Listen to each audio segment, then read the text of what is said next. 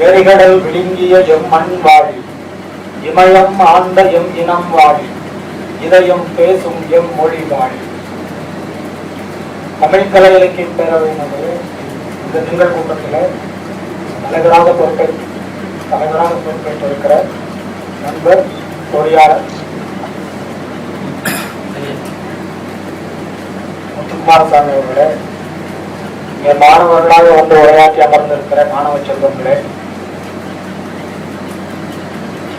கலை இலக்கிய பேரவையினுடைய அமைப்பாளர்களே, பெரியவர்களாக வந்திருக்கிற ஆண்டோர்களே, சான்றோர்களே, அனைவருக்கும் என்னுடைய வணக்கத்தை தெரிவித்துக் கொள்கிறேன். வாவு செய்யும் களவு போன தமிழகம், இது இந்த தலைப்பே ஒரு மாதிரியா இருக்கிற மாதிரி இருக்கும்.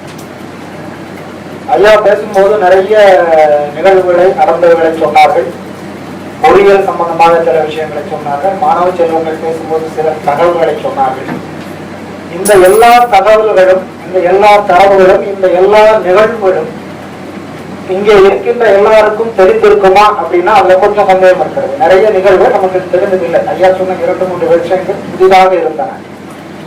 இதைத்தான் களவு போன தமிழகம் என்கிற தலைப்பிலே நான் ஏதோ சொல்லலாம்னு நினைக்கிறேன்.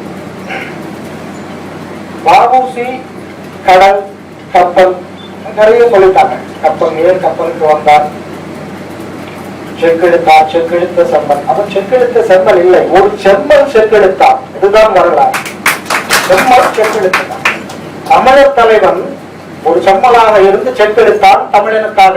இதை நிறுவ வேண்டும் என்கிற அவாவிலே நான் இந்த பேச்சை ஆரம்பிக்கிறேன். கப்பல் ஓட்டியவர்கள் தமிழர்கள். சாதாரணமா நம்ம பேசுகிற போது இன்றைக்கு 2000 ஆண்டு அப்படிங்கிற ஒரு சொல்லாடலை நம்ம அடிக்கடி தமிழ் பேசுகிறவர்கள் பயன்படுத்துகிற வாய்ப்பு நிறைய இருக்கிறாங்க. இப்போ இவங்க சொல்ற மாதிரி நிறைய வந்திருக்கிற தரவுகளை வைத்து பார்க்கிற போது இன்றைக்கு 12000 ஆண்டுகளுக்கு முன்னாலே வாழ்ந்த இனம் அப்படின்னு நம்ம ஆரம்பிக்கலாம். அது எந்த தவறும் இல்லை. இது அறிவியல் பூர்வமாக நிறுவப்பட்டிருக்கிறது. ஐயா சொன்ன அந்த ஆய்வு இந்திய தேசிய கடல் ஆராய்ச்சி மையம் நிகழ்த்திய அந்த ஆய்வு ஒரு சோனார் ஸ்கேன் என்று சொன்னார்கள். 2006 நிறுவப்பட்ட ஆய்வு 2 குதிரை லாட வடிவங்களிலே இருக்கிற மிக பிரம்மாண்டமான மிகப்பெரிய ஒரு நகர அமைப்பை அது காட்டுகிறது. பட்டினப்பாளையிலே பார்த்தீர்கள் என்று சொன்னால் ஒரு மிகப்பெரிய களங்கள் வந்தன. வாய்மரம் மூட முடியாத அளவுக்கு பொருள்களோடு பண்டங்களோடு வந்து இறங்கின. இங்கே புலி சின்னத்தை அடிப்பதற்கு, மேலே பொறிப்பதற்கு, சுங்கம் வசூலிப்பதற்கு அறைகள் இருந்தன. விவாத மேடைகள், விவாத மண்டபங்கள் முதல் கல்லருந்தும் சாலைகள் வரை கொண்டிருந்த மனித சமூகத்துக்குரிய அத்தனை தேவைகளையும் பூர்த்தி செய்கிற ஒரு நகரம், பெருநகரம் இருந்ததால் பட்டினப்பாறை சொல்கிறது. மனிதர்களையும் அதை வழிமொழிகிறது. இதெல்லாம் அந்த காலத்துல நம்ம படிக்கிறவங்க சொல்லும் போது பார்த்தா சும்மா கதை, இப்படி எல்லாம் இருக்க முடியுமா? சின்ன சின்ன இருந்து போன ராஜராஜ சோழனுடைய அரண்மனை எங்கே என்று கேட்கிறார்கள். அது காணாமல் போனா இதெல்லாம் இருந்திருக்குமாங்கிற மாதிரி இருந்த கேள்விகளை எல்லாம் உடைத்து பட்டினப்பாலையும் மணிமேகலையும் வரலாறுகளை பதிவு செய்திருக்கிற நூல் என்கிற விஷயம் இந்த விஷயத்திலிருந்து தெளிவாகிறது. நமக்கு அதுக்கான சான்றுகள் கிடைத்து விட்டன. பட்டினப்பாலை இனிமேல் வரலாறாகத்தான் பார்க்கப்பட வேண்டும். தொல்காப்பியத்தில் வரலாறு இருக்கிறது. அந்த வரலாறுக்கான சான்றுகளை நோக்கிய பயணத்தை நாம் மேற்கொள்ள வேண்டும். அப்படி ஒரு கடல்ல இருந்து கடல் பெரிய எண் கடல், அதனால தாய்க்கடல் என்கிற ஒரு எண்ணம் இந்த வஉசிக்கு வந்திருக்க வேண்டும். தாய் நாடு, தாய்க்கடல் என்ற ஒரு எண்ணம் வந்திருக்கு. என்றால் தாய் நாடு என்கிற ஒரு வடிவமைப்பையே வஉசி ஒரு முதல் அரசியல் கட்டுரையை பதிவு செய்கிறார். வஉசி ஒரு அரசியல் கட்டுரை எழுதுகிறார். போனோம்னா தாய்நாடு எப்படி இருக்க வேண்டும் என்கிற ஒரு பதிவை செய்கிறார். அப்போ தாய்நாடு என்கிற போது 12000 ஆண்டுகளாய் புழக்கத்தில் இருந்த என் கடல், நீ இன்னைக்கு அதுல மேல வியாபாரம் பண்ணிட்டு நாங்கள் இந்த நாட்டை ஆளுகிறோம் என்று சொன்னால் என்னால் ஒத்துக்கொள்ள முடியாது என்கிற வாதத்தை அவர் மனதுக்குள்ளே வைத்துக் கொண்டு அந்த வேலையை செய்கிறார். வஉசிக்கு இந்த அகிம்சையின் பேரிலே மிகப்பெரிய அக்கறையும் இல்லை, அதிலே ஒரு பெரிய ஆர்வமும் இல்லை. அவர் அகிம்சையை ஆதரித்தவர் இல்லை.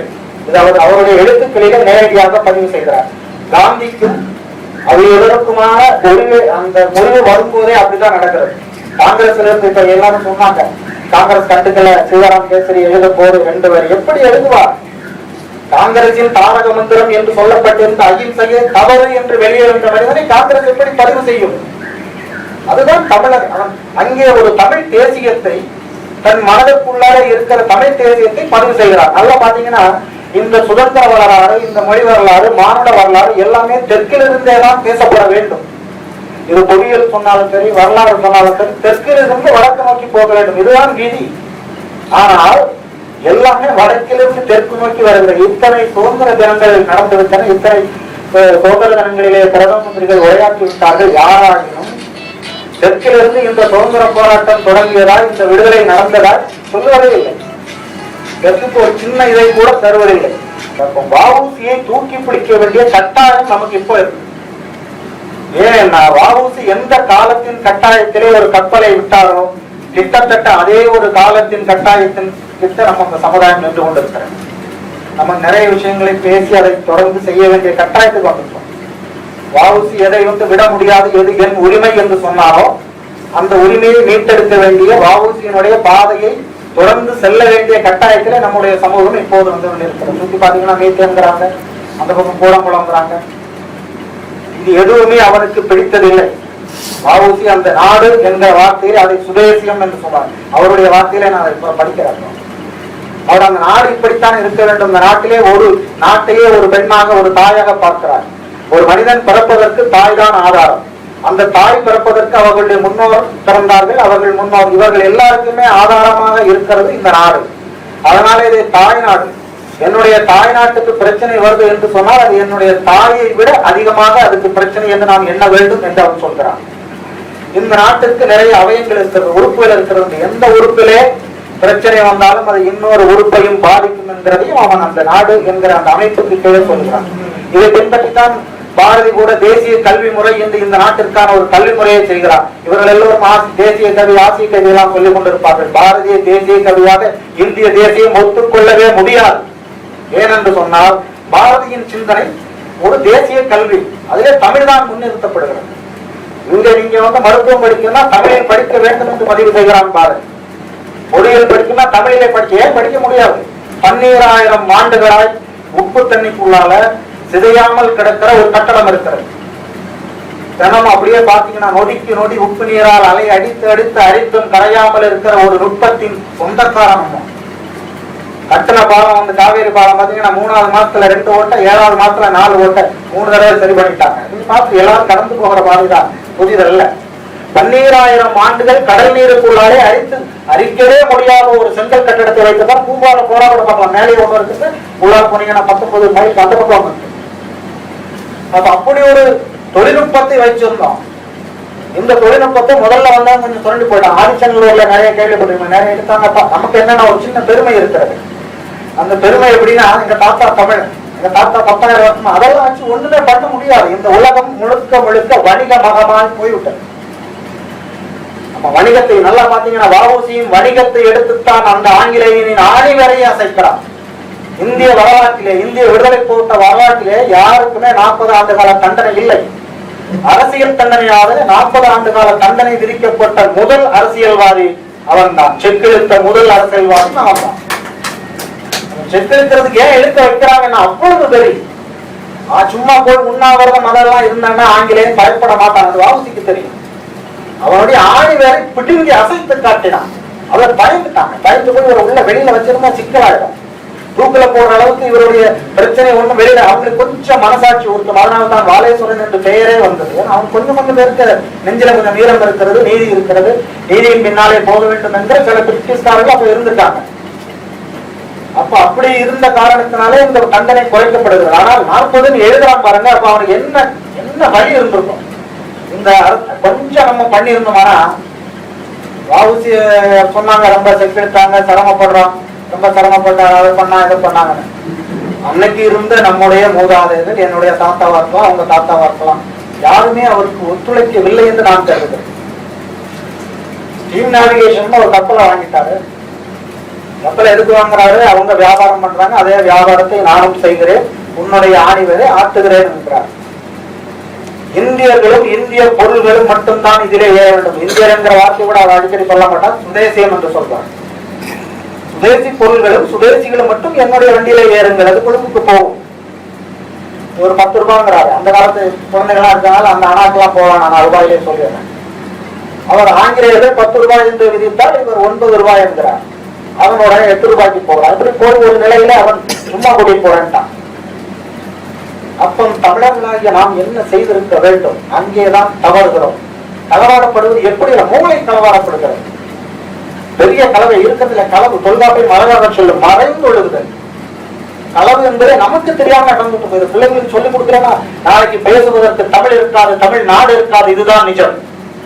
இந்த பிள்ளைங்களுக்கு சொல்லி தரணும். இப்ப வந்து பேசுனாங்க நாளைக்கு பிள்ளைங்க, புலிக்குட்டிங்க ஐயா, புலிக்குட்டிங்களுக்கு புல்லுகளை போடாதீர்கள், என் கம்பனையும் வள்ளுவரையும் இளங்கோவையும் பழக்க விடும். அப்பதான் நாளைக்கு மாய மாரிசங்களையும் மாய மான்களையும் வேட்டையாடுகிற சக்தியை இந்த புலிகள் வரும். சும்மா இட்லியும் சோறு வச்சீங்கன்னா அந்த புலிகளுக்கு அந்த வீரம் வராது. அதெல்லாம் சொல்லிக் கொடுக்கணும். டிவியில பாத்தீங்கன்னா மகாபாரதம் வருது, அது வருது, இது வருது, என்ன இருக்கிறது? ஒரு நிகழ்வு எல்லாமே களவாடப்படுகிறது. நான் மகாபாரதம் மட்டும் சேவை இல்லாமல் இழுக்கவில்லை, மூளை களவாடப்படுகிறது. முதல்ல பாத்தீங்கன்னா ஒருத்தர் வராரு, அவருக்கு பீமன் பேரு. இந்த சின்ன குழந்தைகளை ஏமாற்றுவதற்கு சோட்டா பீமன் வருது. வருதுல தம்பி, சோட்டா பீமன் ஒன்று வருது, அங்கேயும் ஏமாற்றுகிறாங்க. வயசானவருக்கு ஒரு பீமன், சோட்டா பீமன் இன்னொரு சின்ன வயலுக்கு ஒரு பீமன். அவர் ஒரே ஒரு லட்டு சாப்பிட்றாரு, 100 பேர் அடிச்சு கொண்டு போடுறாரு. அடுத்தால ஒருத்தர் வர்றாரு, அவர் வில்ல விடுறாரு, அங்க 1000 பேர் செத்து போடுறாங்க. காட்சி மாறுகிறது. காட்சி மாறுகிறதுன்னு சொன்னா இடைவேளை. இடைவேளைனா விளம்பர இடைவேளை. அது விளம்பர இடைவேளை அல்ல, இந்த நாட்டையே வீணடிக்கிற இடைவேளைன்னு அதுக்கு பேர் போடணும். அங்க ஒருத்தர் ஒரே ஒரு சிக்ஸர் அடிக்கிறதுக்கு 120 நாள் போஸ்ட் குடிக்கிறார். என்ன முரண்பாடு! ஒரு லட்டை சாப்பிட்டு 100 பேர் அடிக்கிறான், ஒரு சிக்ஸர் அடிக்கிறதுக்கு 120 நாள் போஸ்ட் குடிக்கிறார். பெரிய முரண்பாடு. இந்த முரண்பாடுகளை நம்ம சிரிச்சுக்கிட்டே ஒத்துக்கிட்டு இருக்கிறோம். இந்த முரண்பாடுகளை களைவது நம்ம கையில தானே இருக்கு. சுற்றி யாருக்கிட்ட இருக்கு? நம்ம வீட்டுல தானே இருக்கு. ஏன் அணைக்க முடியாதா?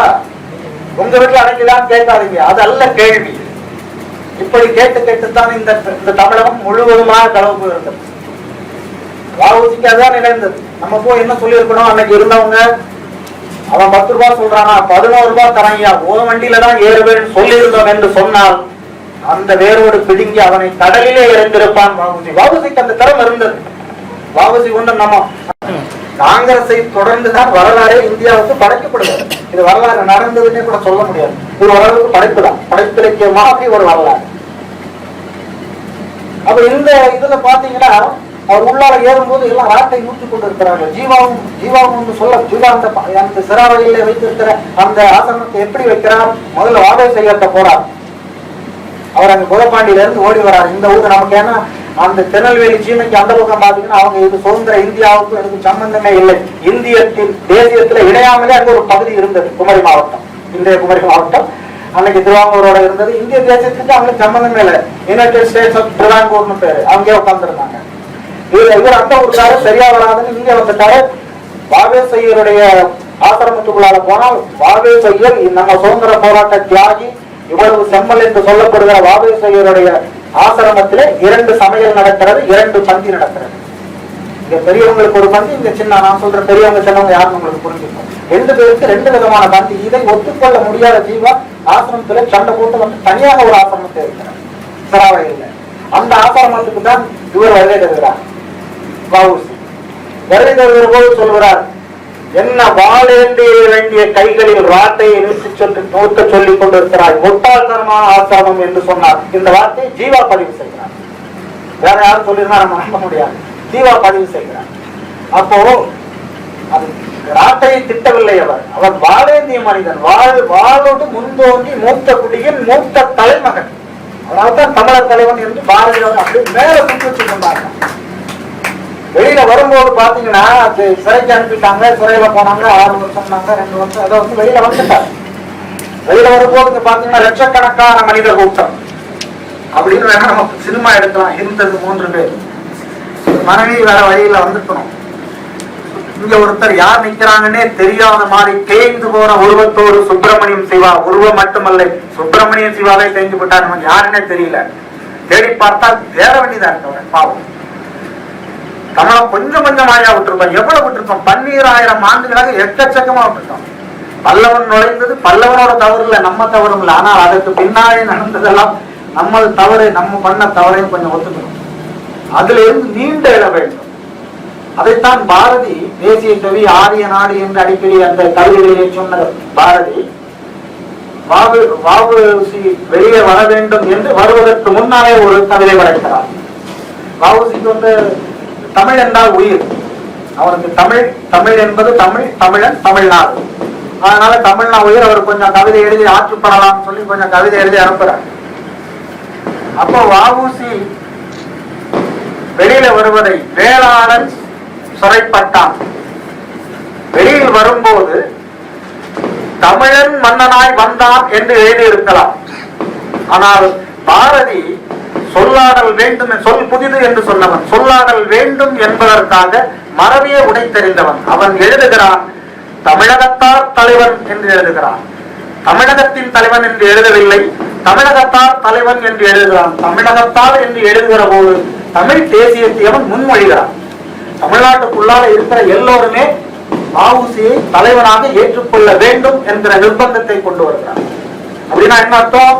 இன்னைக்கு நம்ம தமிழ் தேசம் என்று நீங்கள் பேசினால் வெளியில இருக்கிறவங்க இருக்கிறாங்க, யாரு தமிழன் யாரு இருக்கும்போது ஒரு எல்லைப்பாடு வேண்டும் என்று கருதுகிறோம். அந்த எல்லைப்பாட்டுக்கு ஒரு எல்லை வேண்டும் இல்லையா? அன்னைக்கு நிலைமைக்கு அப்படியே வகுக்கிறார். இன்னைக்கு யாரெல்லாம் தமிழகத்திற்குள்ளாலே இருக்கிறார்களோ இவர்கள் எல்லாம் இவரை தலைவராக ஏற்றுக்கொள்வோம் என்ற மாதிரி தமிழகத்தார் மன்னன் அப்படின்னு சொல்லலாம். மன்னனாகவே ஆக்கியார். ஏன்னா நேரடியாக பார்த்து உணர்ந்தவன் மன்னன் தான். இல்லைன்னா இவ்வளவு செக்கெழுத்தார்னு தம்பி செக்கு பார்த்துருக்கீங்களா? மாதிரி கல் செக்கு பார்த்துருக்கீங்களா? கல் செக்கு பார்க்க வாய்ப்பே இல்லை. ஆனா ஐயா, இந்த வாய்ப்பை நம் குழந்தைகளுக்கு செக்கெல்லாம் சொல்ல முடியாது. ஆனால் அந்த மனிதன் பட்ட அந்த வலியை இந்த குழந்தைகளுக்கு எப்படியேனும் கொண்டு சேர்க்க வேண்டும். அது எப்படி சேர்ப்போம்னு எனக்கு தெரியல, ஆனால் சேர்க்க வேண்டும். செக்கெழுத்தார் என்ன செக்கு? அது என்ன? மாடு இழுக்க வேண்டிய செக்கு, மாடு இழுக்க வேண்டிய செக்க மனிதன் இழுக்கிறது என்பது கீழ்நிலை என்பது வேறு. ஒரு செல்வந்தன் அவருடைய அந்த ஒரு செல்வந்தன் அவருடைய காலத்திலே தமிழகத்திலே அந்த வக்கீலாக வழக்குரைஞராக பணியாற்றியவர்களிலே அதிகமான வருமானத்தை சம்பாதித்தவன் என்ற பெயர் பெற்றவன் வஉசி. இந்த பதிவும் இருக்கிறது.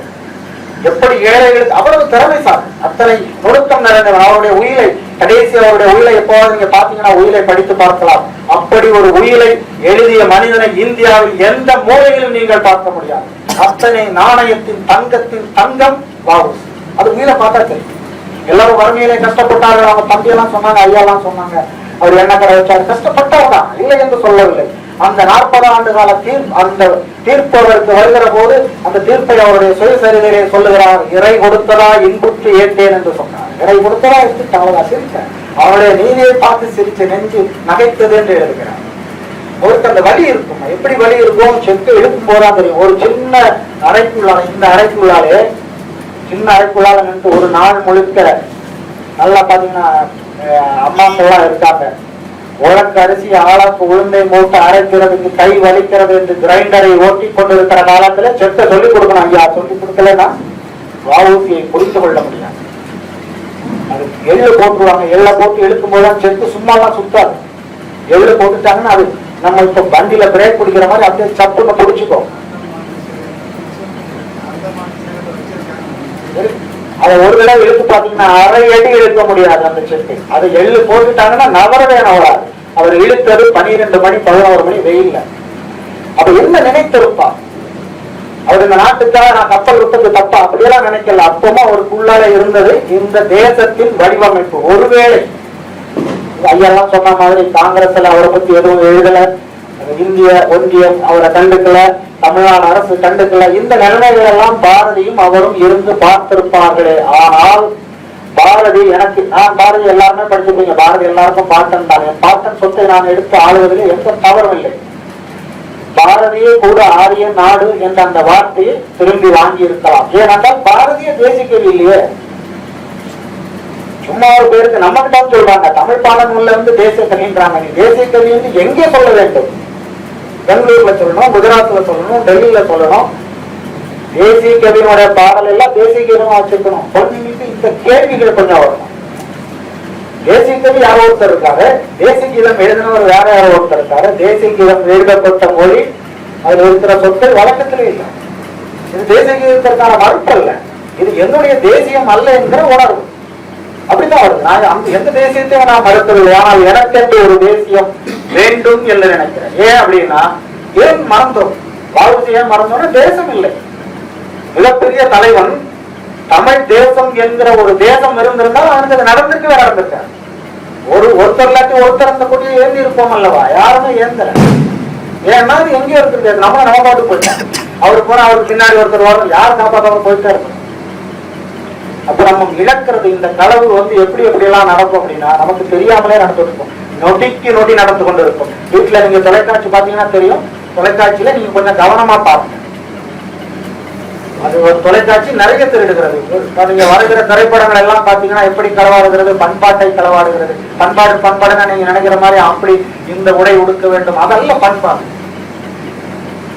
பண்பாடுன்னா தமிழர் அறம் அப்படின்னு சொல்றோம், திருக்குறள்னு சொல்றோம். திருக்குறள் எங்கே இருக்க வேண்டும்? வீட்டுக்குள்ள பீரோல இல்ல முதல்ல முறையில வச்சு பூட்டி வச்சிருக்கிறோம். திருக்குறள் இருக்க வேண்டியது உங்களை அடுப்படியில் இருக்கணும். அம்மாக்கள் திருக்குறளை எடுத்து குழந்தைக்கு பரிமாற வேண்டும். திருக்குறள் படிக்கிற பொருள் அல்ல, அது பரிமாறப்பட வேண்டிய பொருள். அதை நம்ம சொல்லிக் கொடுக்கல. அது அடுக்கலையில இருக்கணும், சமையலறையில இருக்கணும், அடுப்படியில இருக்கணும். அதை கொண்டு போய் நம்ம பீரோல வச்சுட்டோம். அது புனித நூல் மாதிரி ஒரு என்ன புனிதம் திருக்குறளுக்கு புனிதமே கிடையாது. அது புனிதமற்றது. ஏனால் அது எதுவுமற்றதுக்கு புனிதமே நீங்க சூட்ட முடியாது. அப்படி ஒரு அறத்தின் கீழே இருக்கிற விஷயத்தான் பண்பாடுன்னு சொல்லணும். ஒரு வருகிற திரைப்படங்கள் கொஞ்சம் நிறைய இந்த பாத்தீங்கன்னா டாஸ்மாக்ல வச்சு ஒரு காட்சி எடுக்கப்படாத ஒரு திரைப்படத்திற்கு ஒரு அவார்டு கொடுக்கலாம்னா ஒரு படம் கூட கிடையாது. நல்ல வேலை பாரதியை கூட டாஸ்மாக்ல உட்காந்து வச்சிருப்பாங்க, கொஞ்சம் முன்னாடி எடுத்துட்டாங்க படத்தை. இல்லாட்டி அவருக்கு கொஞ்சம் அந்த தடுமாற்றம் உண்டு. அந்த காட்சியை டாஸ்மாக்ல காட்டி தொலைஞ்சிருப்பாங்க. அவ்வளவு மட்டமான நிகழ்வுகளை படம் பிடிக்கிறாங்க. இந்த நோய் அப்படியே வந்து தொலைக்காட்சி வரைக்கும் வந்துருச்சு. தொலைக்காட்சியில நடக்கிற சின்ன சின்ன இந்த நிகழ்வுகள், அந்த தொடர்கள்லாம் வருது. அந்த தொடர்கள் இப்ப ரொம்ப லகுவா உட்கார்ந்து ஆளுவாங்க, ஒரு குப்பியை திறந்துடுறாங்க. அப்ப என்ன நிகழ்கிறது அப்படின்னா கொஞ்சம் கொஞ்சமா என்னுடைய கீழே இருக்கிற தலைமுறை இது ஒரு சாதாரண விஷயம் என்கிற மனப்பான்மைக்கு வந்துவிடும். ஏன்னா நானும் பார்க்கிறேன், என் மனைவியும் பார்க்கிறார்கள், என் மகனும் பார்க்கிறான். 3 பேரும் பார்க்கிற ஒரு நிகழ்வு, ஒரு நாளைக்கு 2 தடவை 3 தடவை பார்க்கிறோம்னா இது ஒரு சாதாரண நிகழ்வு. இதை எதிர்த்து ஏன் கேள்வி கேட்கவில்லை? கேள்வி கேட்க முடியாதுன்னு உடனே போய் அந்தந்த டிவி கம்பெனி எல்லாம் போய் நம்ம மூட முடியாது. ஆனால் நம்ம வீட்டு டிவியை அணைக்க முடியும். ஒரே வாரம் உங்கள் தொலைக்காட்சியில் நீங்கள் பார்க்காமல் இருந்தால் எல்லா கம்பெனியும் நம்ம வீட்டு வாசல்ல தலாம் போட்டு நிற்கும். நம்ம என்ன பண்ணிடுறோம்? திரும்ப பார்த்துட்டே இருக்கிறோம். அவன் பேச்சு நடத்துக்கிறான். அவன் பார்க்கலன்னா அவனுக்கு வருமானம் இல்லை. நீங்க பார்க்கவில்லை என்று அவனுக்கு உறுதியாக தெரிந்தால் அங்க அந்த நிகழ்ச்சிகள்ல அந்தந்த மாதிரி காட்சிகள் கண்டிப்பாக இருக்காங்க. இதை பெண்கள் ரொம்ப இதுவா எடுத்துக்கணும். அப்படி எடுத்துக்கலன்னா ஒண்ணுமே பண்ண முடியாது. நீங்க அப்புறம் இந்த மாதிரி பேசுறது கூட 4 பேர் வருவாங்களான்னு தெரியாது. ஏன்னா ஒண்ணுமே இல்லை. சொந்த நாடு என்று எதுவுமே இருக்காது, எதுவுமே இல்லாம. இந்தியாவோட வரைபடம் பார்த்திருப்பீங்க. இந்தியா எப்படி இருக்கும்? இந்த பக்கத்துல இலங்கை இருக்கும், அதுக்கு கொஞ்சம் கீழே போனீங்கன்னா ஆஸ்திரேலியா இருக்கும். ஆஸ்திரேலியாவோட அந்த பக்கம் இருக்கிறது பசிபிக் ஓஷன் சொல்லுவாங்க, தென் பசிபிக் கடல் சொல்லுவாங்க. அந்த கடலிலே மூழ்கி இருந்த ஒரு கப்பலை அவர்கள் அகழ்வாய்விலே எடுத்து விடுகிறார்கள். இந்த கப்பல் ரொம்ப பெரிதாக இருக்கிறது. 2500 ஆண்டுகள் அப்படிங்கிறது அந்த கரி தூள் ஆய்வுன்னு சொல்லுவாங்க. கார்பன் ஏஜ்ல அதை கண்டுபிடிச்சிருக்காங்க. 2500 ஆண்டுகளுக்கு முன்னாலே கட்டப்பட்ட கப்பல் அப்படின்னு தெரிஞ்சுக்கிறது ஒரு சரக்கு கப்பல். அந்த சரக்கு கப்பல்ல இருந்த பொருள்கள் அநேகமாக பாத்தீங்கன்னா அகில் சந்தனமாக ரொம்ப இட்டு போச்சு. அது ஒன்றும் சரியா கண்டுபிடிக்க முடியல. இருந்தாலும் இது தென்னிந்திய வகை சார்ந்த பண்டங்கள் என்று முடிவு பண்ணுறாங்க. ஆனால் தென்னிந்திய பட்டங்களை வைத்துக் கொண்டு இந்த கப்பல் ஒரு தென்னிந்திய கப்பலா தமிழனின் கப்பல் என்று உடனே சொல்ல முடியல. ஏன்னா நிறைய தரவுகள் தேவைப்பட்டது. அப்ப அந்த கப்பல் கட்டப்பட்டிருக்கிற மரம் என்ன மரம் என்று பார்க்கிறார்கள். அது மேலை மலை தொடர்களிலே விளைகிற தேக்கு மரம். அடுத்தது இந்த கப்பலுடைய அமைப்பை பார்க்கிறார்கள். இந்த கப்பலுடைய அமைப்பை பார்த்தீர்கள் என்று சொன்னால் ஏன் அப்படி அவங்களுக்கு ஒரு சின்ன ஐயம் வருகிறது என்றால், அந்த 2500 ஆண்டுகளுக்கு முன் ஐயா குறிப்பிட்டது போல 2500 ஆண்டுகளுக்கு முன்னாலே இந்த கடல் பரப்பிலே 2 பேர் தான் இருந்தார்கள். ஒருவன் தமிழன், இன்னொருவன் எகிப்தியன். ஆஸ்திரேலியாங்கிறதுனால அவங்க கொஞ்சம் அவங்களோட கண்ணில பாக்குறாங்க, நேரடியாக பார்க்கிறாங்க. இது நம்ம நாட்டுல நடந்திருந்தா வேற மாதிரி இருக்கும். அந்த கப்பலை ஆரியன் ஓட்டினான், இந்த கப்பலை தமிழன் ஓட்டினான். ஆனா பயப்படாதீங்க, ஆரியன் எந்த காலத்திலும் கடலுக்கு வரமாட்டான். இந்த கடல் தமிழனின் கடல் புறத்திலே தாய் கடலை பார்த்து பயந்தவன்னா சமுத்திரத்தை தாண்டினா கடவுள் குற்றம் என்ற மனுநீதியை படைப்பான். வரவே மாட்டான், பயப்படப்படாதீங்க. கடல்ல எது கிடைத்தாலும் அது தமிழனுக்கு தான். அதுல எந்த சந்தேகமும் இல்லை. வரவே மாட்டான். அவனுக்கு கடல்னாலே அவ்வளவுதான், இன்னும் மாற்ற முடியாதுல்ல. ராமரே பாலம் கட்டி தானே சிலவனுக்கு போனாரு, ஒரு படகுல போயிருக்கலாம். வரவே மாட்டார்கள், பயப்படவே வேண்டாம். அதனால கடல்ல எது கிடைக்கும், ஆனா நம்ம கிடைக்கிற கேட்கவே மாட்டோம். ஐயா சொன்ன மாதிரி அந்த தரவு எடுத்தாங்க இல்லையா, என்ன அந்த தேசிய கடல் ஆராய்ச்சி மையம் ஒரு நிகழ்வை நடத்துகிறது. அந்த படத்தை எல்லாம் எடுத்துட்டு யாருமே கேட்கல, கொடுக்கவும் இல்லை அவங்களும். அவங்க அமெரிக்காவுக்கு கொண்டு போயிட்டாங்க. நம்ம ஊர்ல எதை எடுத்தாலும் அமெரிக்கா, கொஞ்ச நாட்டுல பாத்தீங்கன்னா இந்த மொளையடிச்சுன்னு சொல்லுவாங்களே, மொளையடிச்சு கயிறு கட்டி இந்தியாவே கொண்டு போய் அமெரிக்காவில் வச்சா கூட வச்சு போடுவாங்க. நம்ம வைக்க முடியாது, அதனால அது நின்று கொண்டு இருக்கிறேன். அப்ப இந்த தரவுகள் எல்லாம் அங்க போயிடுச்சு. போனா அவங்க கொஞ்சம் நியாயமா அதெல்லாம் பார்த்து இதெல்லாம் உங்க நாட்டுல சொல்லணுமே அப்படின்னு சொன்னா கேட்கறதுக்கு நாதியே இல்லை இந்த இந்திய ஒன்றிய அரசியல். அவங்க வேற வழியே இல்லாம இங்க ஒரு நாட்டரசு இருக்கிறது இல்லையா, இந்த நாட்டரசிலே கேட்கிறாரு. இது தமிழனே இல்லைன்னு சொல்லியிருப்பாரு ஒருவேளை, அது தெரியல. அது என்ன அவங்களுக்குள்ள நடந்த பாஷை நமக்கு தெரியல. அப்ப அவன் மனது கொடுக்க முடியாமல் ஒரு ஆராய்ச்சியாளன் அவனுடைய முடிவுகளை அவன் யாருக்கு அறிவிக்க வேண்டும் என்கிற ஒரு ஆசை இருக்கும் அவனுக்கு. நம்மளுக்கு இருந்தாலும் அப்படிதான் இருக்கும். சின்ன வயசுல ஒரு சின்ன எது கிடைச்சாலும் யாருக்காவது காட்டணும் செய்யணும்னு தோணும். அவன் கொண்டு வந்து பெற்றோர்களே ஒரே ஒரு நாள் புகைப்பட கண்காட்சி நடக்கிறான்.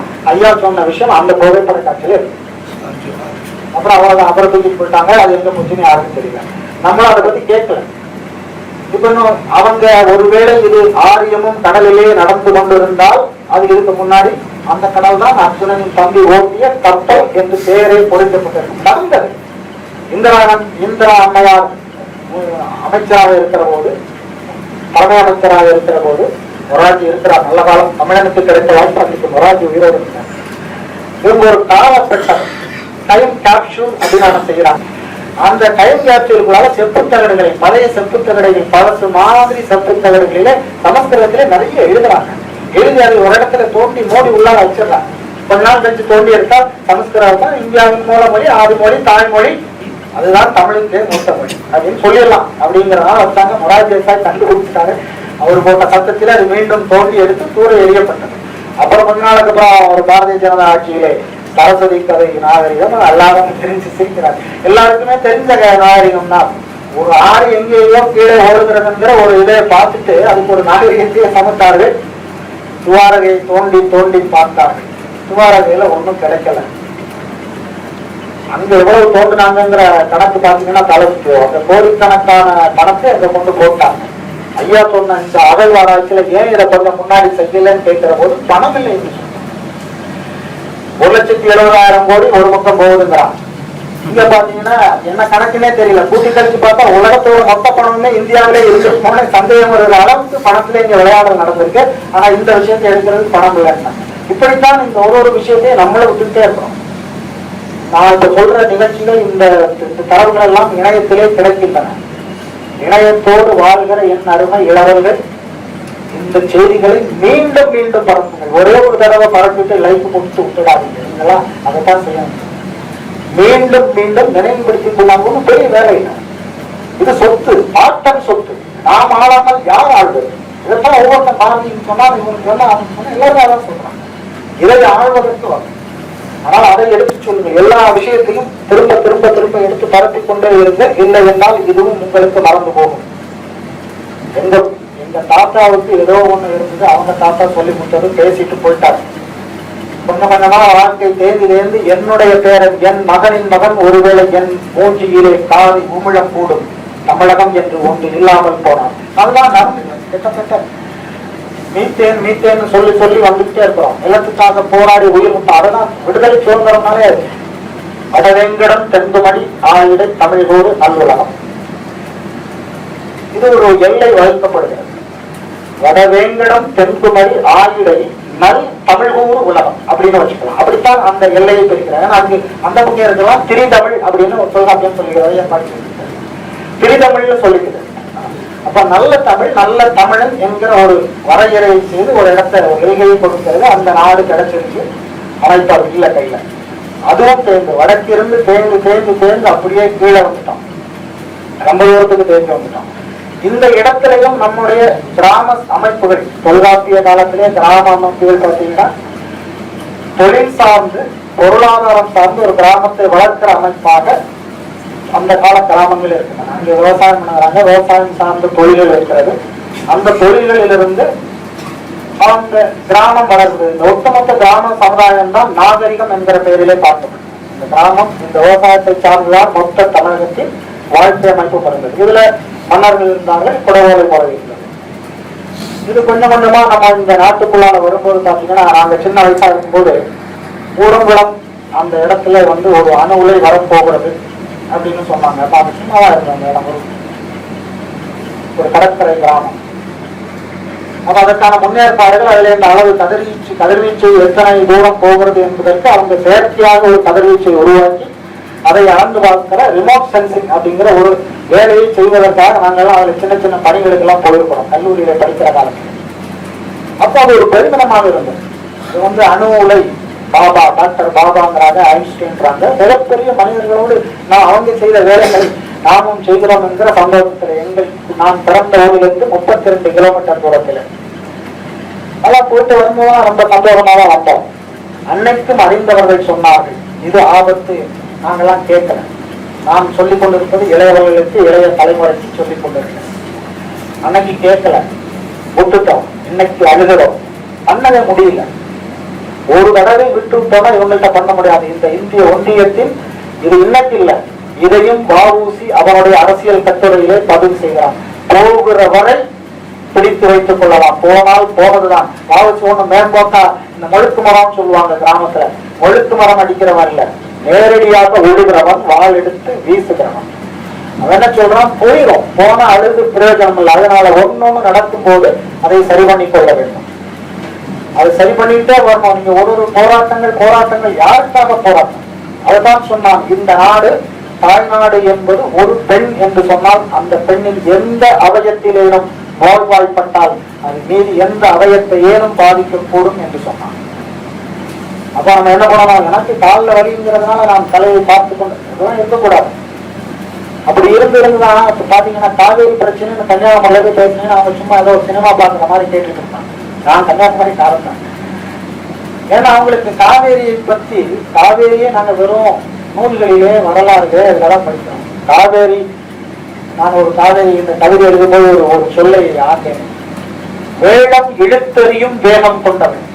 காவேரினா சும்மா இல்லை, அப்படி இதை பார்த்ததுக்கு எங்களுக்கு வாய்ப்பே கிடையாது. நாங்கள் பார்த்ததெல்லாம் வாய்ப்பால் காவிரி ஒப்பிட்டால் நாங்கள் பகரளியாறு என்று பரளியாறு என்று பல பேர்களிலே குழப்பப்படுகிற ஒரு பரளியாறு என்று ஒரு ஆறு, இதுதான் பகரளியாறு, குமரிக்கண்டமே இல்லை என்று நிறைய பேர் வாதித்துக் கொண்டிருக்கிறார்கள். அந்த ஆத்தங்கரையில தான் நாங்க போறோம். அதெல்லாம் ஆறு இல்லை, அது ஒரு சின்ன, இதை சொல்லும் போது அது சின்ன வாய்க்கால், கால்வாய் அல்லது வாய்க்கால். இந்த பிரச்சனை அங்க போய் சொன்னோம்னா அது பெருசா. நாங்களும் விவசாயிகள் தான், எல்லாருமே விவசாயம் பண்றோம். எங்களுக்கு சும்மா பெருவரில் வச்சு இழுத்து விட்டுட்டீங்கன்னா தண்ணி வந்துடும். ஏன்னா அது ஒரு குறிஞ்சியும் முல்லையும் மருதமும் சேர்ந்த மாதிரி ஒரு இடம். 19 கிலோமீட்டருக்குள்ளால 3மே இருக்கும். அப்படின்னா தட்டா இருக்கும் இடம். இந்த மாதிரி பறந்த வெளியே இல்லை. இங்க பறந்த வெளியில தண்ணி வராது. இங்கதான் அந்த சிக்கல் தெரியும். இது எங்க ஊர்ல போய் சொன்னா தெரியாது. அப்ப காவேரி பிரச்சனைக்காக கீழே இருக்கிற தமிழனை கூட்டுவது என்பது கடினமாக இருக்கு. ஏன் கடினமா இருக்குன்னா, இது அரசு அல்ல, அவருக்கு இந்தியா. எப்ப பார்த்தாலும் அதுதான் அவங்களுக்கு தோணுது. சமீபத்தில் 4 நாட்களுக்கு முன்னாலே கேள்விப்பட்டிருக்கீங்க, அமைச்சர் பொன் ராதாகிருஷ்ணன் அவர்கள் ரொம்ப எளிதாக குமரி மாவட்டத்தை கேரளத்தோடு இணைத்திருக்க முடியும். இல்லை, அது நீங்க அங்கே ஒன்றாக இருந்திருந்தால், ஐயா சிரிக்கிறாங்க, தெரிந்திருக்காதுன்னு சொன்னாங்க. உயிர் கொடுத்து பிரித்த இடம் அது, தமிழுக்காக உயிர் கொடுத்து பிரித்த இடம். அவ்வளவு எளித சொல்லிட்டார். எப்படி முடிகிறது? தமிழ் இந்திய தேசியத்தோடு இந்த இந்திய விடுதலை இயக்கத்தோடு யாருமே சேரவில்லையே தவிர, கவிமணியில் ஆரம்பித்து அங்கே இருந்த அத்துணை பேர்களும் இந்த தமிழ்நாட்டோடு இணைய வேண்டும் என்பதை தாரக மந்திரமாக கொண்டு சாகர வரை போராடினார். இழுக்கிற தேர்தல் எல்லாம் குறிப்பிட்டாங்க. அதெல்லாம் மறந்து போய் அவர் ரொம்ப எளிதா அங்க போய் சேர்ந்தெல்லாம் சொல்கிறார். ஏன்னா இந்த ஒன்றிய அமைப்பு அந்த மாதிரி இருக்கிறது. இப்படி இருக்கிற நிலத்தையும் கொஞ்சம் கொஞ்சமா அங்கேயே விட்டுட்டு அப்புறம் பாத்தீங்கன்னா இருக்கிற ஏரிகள் குளங்கள் எல்லாமே காணாம போயிட்டு. யார் ஆதிக்கம் செலுத்துகிறார்கள்? வ.உ.சி எதிர்த்து வந்தது ஒரு ஆங்கில ஆதிக்கம். ஆங்கில ஆதிக்கத்தை எதிர்த்துட்டு வ.உ.சி போயிட்டாங்கன்னா எல்லாமே முடிந்து போன மாதிரி நமக்கு ஒரு எண்ணம் இருக்கிறது. வ.உ.சி இருந்திருந்தால் மீத்தேன் பிரச்சனையில் என்ன முடிவெடுப்பாங்க யோசிப்பாங்க. வாள் எடுத்து நிற்பான், கப்பல்லாம் ஓட்ட மாட்டான். ஏன்னா அந்த கப்பல் ஓட்ட முடியாது. என் நாட்டிற்கு என் நாட்டின் தாயின் எந்த அவயத்திலேனும் பிழை நடந்தால் நான் பொறுக்க மாட்டேன் என்று சொன்னவன் நீத்தனை விட்டுருவானா? இல்லை, கூடங்குளம் தான் வந்திருக்குமா? நியூட்ரினோ ப்ராஜெக்டை கொண்டு வந்து மலையை குடைந்து அணு கழிவுகளை கொண்டு வந்து அந்த பெட்டகமாக இந்த தமிழ்நாட்டை மாற்றிவிட முடியுமா? செய்திருக்கவே அனுமதிக்கும். கூட்டம் சேர்த்திருப்பான். ஆனா நம்ம தான் சேருவோமான்னு எனக்கு தெரியல. ஆனா சேர வேண்டும். சேர வேண்டாம், களவு போய்கிட்டே தான். கடலாடி களவு போனது நிறைய. ராஜேந்திர சோழனும் ராஜராஜனும் பயணம் செய்வதாக கருதப்படுகிற அவர்களுடைய காலகட்டத்திலே பயணப்பட்ட ஒரு படகின் ஒரு பகுதியை எடுத்து அதையே கொஞ்சம் மாடலாக பண்ணி திருநெல்வேலி அருங்காட்சியகத்துல வைத்திருக்கிறாங்க.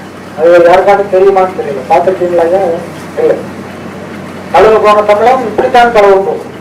அவன் வச்சதை சொல்லணும்ல, அவங்க பார்த்துக்காரங்க செஞ்சு வச்சுட்டு இது சொல்லல. திருநெல்வேலிக்காரங்களுக்கே நிறைய பேருக்கு தெரியாது. நீங்க வருத்தப்படாதீங்க, யாருன்னு அவங்களுக்கே தெரியாது. ராஜேந்திர சோழன் ஊட்டிட்டு போனா நாவாய்னு சொன்னாங்க. தமிழ் அந்த 13 வகையாக பிரிக்கிறது. ஆஸ்திரேலியாவிலே கிடைத்த கப்பல் தமிழன் கப்பல் என்று அவர்கள் சொல்லுவதற்கு காரணம் அது 13 வகையிலே எந்த வகை என்று தமிழுக்கு மட்டும்தான் தெரியும். தமிழ் இலக்கியம் மட்டும்தான் இந்த கப்பல்களுக்கு பெயர் வைத்து சொல்லுகிறார்கள். உபயோகத்தின் அடிப்படையிலே பெயர் வைக்கிறார். இதெல்லாம் பார்க்கும்போது கொஞ்ச நாளைக்கு முன்னாடி பாவாணர் ஒருத்தர் பேசியிருந்தார். எல்லாரும் அப்பதான் சிரிச்சாங்க. மொழி, இந்த தமிழ் மொழிக்கு இத்தனை ஆண்டுகள் ஆயிற்று, குமரி கண்டம் இருந்தது. இதெல்லாம் அன்னைக்கு எல்லாரும் சிரிச்சாங்க, மறுத்தாங்க, மறுப்பு எழுதினார்கள். இவர் மறுப்பு சொன்னார். அவருக்கு ஆதாரங்கள் கிடைக்கவில்லை. ஆனா நம்ம இப்ப என்ன பண்ணணும்?